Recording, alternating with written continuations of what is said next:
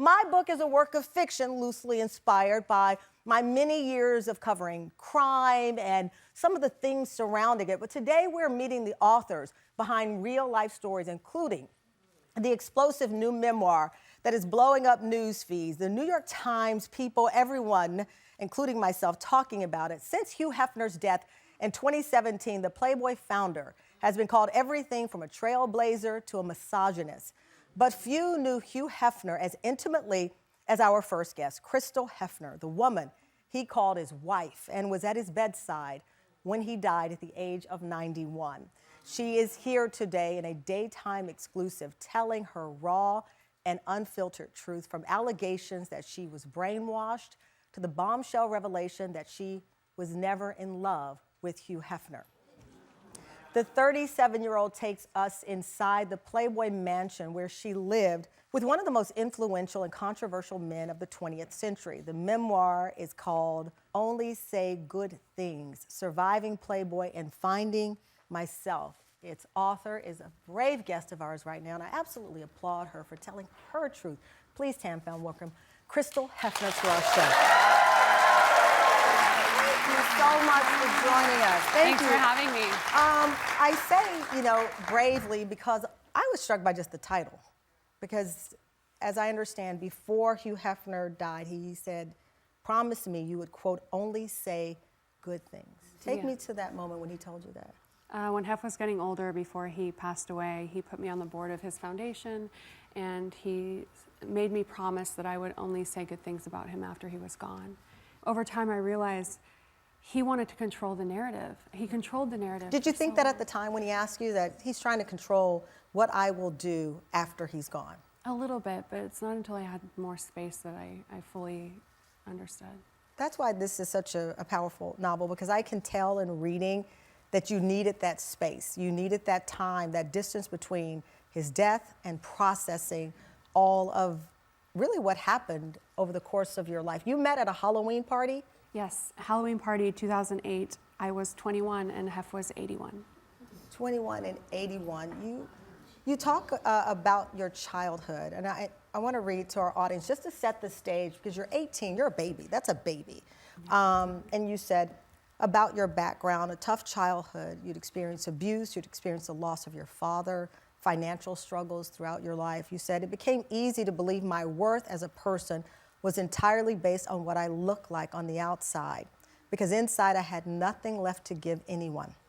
If I made myself appealing enough to the world outside, to powerful people, then maybe I could survive in the world. I burst into tears reading that, because there you are, and still are, a beautiful woman. Thank you. And you're going into this world built on transaction.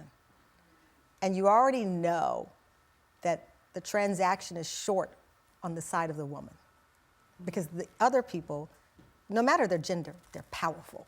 Yeah. At the very beginning, the first night, you write about, you're handpicked in the crowd. He was 81, and that night you ended up in bed with him? Yes. And how many other people? 3 other people. 3 other people.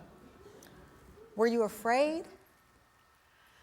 I think at the time, I was just drawn into it. I felt that Hef was magnetic and he was powerful, and looking back, it was just a huge imbalance of power. You write about that first night, and we have an excerpt from your audio version of the book. I'd like to play in your own words. Let's play it. I'd like to say that I hesitated that night at the Halloween party when Hef and the Shannon twins and Amber and I were walking up the stairs to his bedroom. I'd like to be able to say that I thought twice about following them into Hef's bedroom when they held open the door and invited me in, or that I hesitated when I saw the king-size bed or when the large television screen started playing porn movies. But I didn't.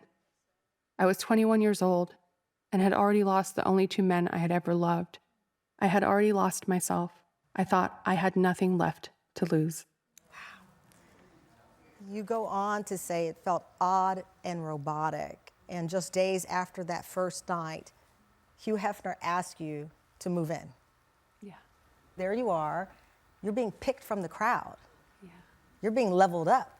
You're being called up. Was there some sense of joy in that? Or some sense of, I won't have to worry about anything, at least financially, for a minute? Yeah, it felt that way. I felt special. I felt chosen. If anything, you know, the mansion itself was beautiful, and Hef was this magnetic man. And I did think, wow, this is maybe a place where I could finally feel like I belong. Did it ever feel, I mean, we look at the mansion, and I've heard stories about what it really looked like inside, especially at the end. But did you feel like a fairy tale? Did you feel like, I'm a princess? The king is letting me into the castle.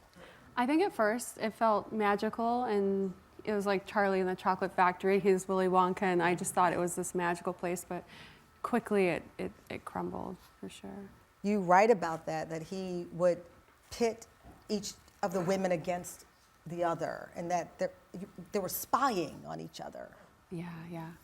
Yeah, female friendship was impossible there. Reading your story sounded cutthroat. Yeah, it was very cutthroat. It was just everyone vying for Hef's attention and to be as close to Hef as possible. So that's what I did. I made myself small, and I just mirrored Hef and just ended up liking everything he liked and just became whatever he wanted me to be. What did he want you to be? I think he wanted me to just be seen and not speak, be helpless, be small, have bleached blonde hair and stay skinny and have big fake boobs. I mean, that's part of it. Did he say, go dye your hair, go augment your body? Did he issue those, or was it a kind of, I'm not going to say it, but you can see what I like? Yeah, I think it was a little bit of both. My hair is naturally brown, and I bleached it white, and when it would grow out, he would like tap my head and be like, you need to fix that. And that was hard. It was very hard, because I'm like, oh, this charming man all of a sudden is changing, and it was hard. You say the charming man was changing. When did you, how soon into this relationship did you see the change, or was it always there? Pretty soon in. When I moved in, I learned I could order whatever I wanted from the kitchen. It was like a restaurant-style kitchen. I'm like, oh, let's test it out. So I get like fries and grilled cheese, and I gained some weight. And I remember him just like kind of hitting me on the thigh, and he said, oh, looks like someone needs to tone up. And so I thought, oh gosh, like I'm failing. Like I need to. So yeah, I quickly learned, okay, things aren't really what they seem here.